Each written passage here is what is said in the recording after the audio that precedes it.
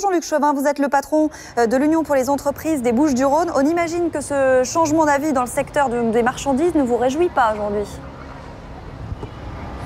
Ah, ça c'est le moins qu'on puisse dire. Effectivement, 36 personnes, 36 portiqueurs qui prennent en otage l'économie de toute une ville, de toute une région, 3000 entreprises et 41 000 salariés, ça ne peut pas nous réjouir.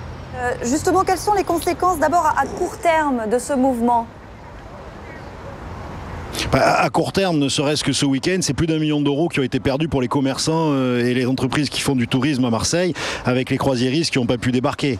Au niveau du trafic de marchandises, c'est des tas d'entreprises qui ne sont pas livrées, qui ne peuvent plus faire travailler leurs équipes, qui mettent en chômage technique ou qui sont au bord du dépôt de bilan. Ça a des conséquences économiques très graves.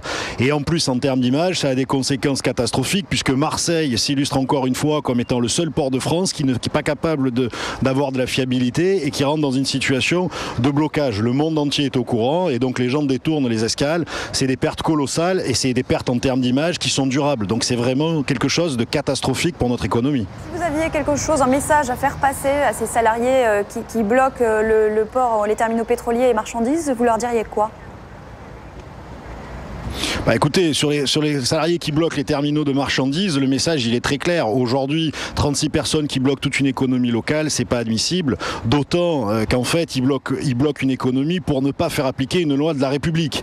Donc ça paraît invraisemblable.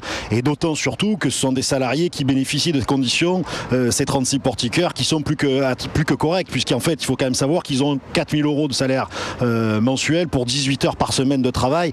Donc effectivement, je pense que je les appellerai volontiers à la raison pour préserver leur outil de travail, pour préserver l'outil de travail de toute une région et de tout le port. Merci beaucoup Jean-Luc Chauvin, président de l'Union pour les entreprises des Bouches-du-Rhône. On aura l'occasion d'entendre les réactions du côté des salariés qui sont en grève dans un prochain jour.